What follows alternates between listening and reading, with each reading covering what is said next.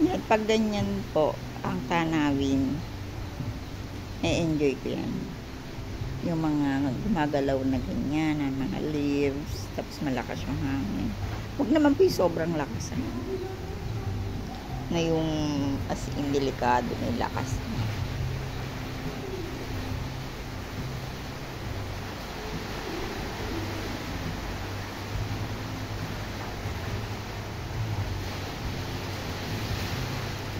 Ang init kasi sa kailangan mo pang mag-electric fan sa loob ng bahay. Or ganun na po talaga yung nakakaedad, laging mainit ang pakaramdam. That feeling is called hot flashes. Naga-hot flashes na. Bakit ang mga bibi hindi giniginaw?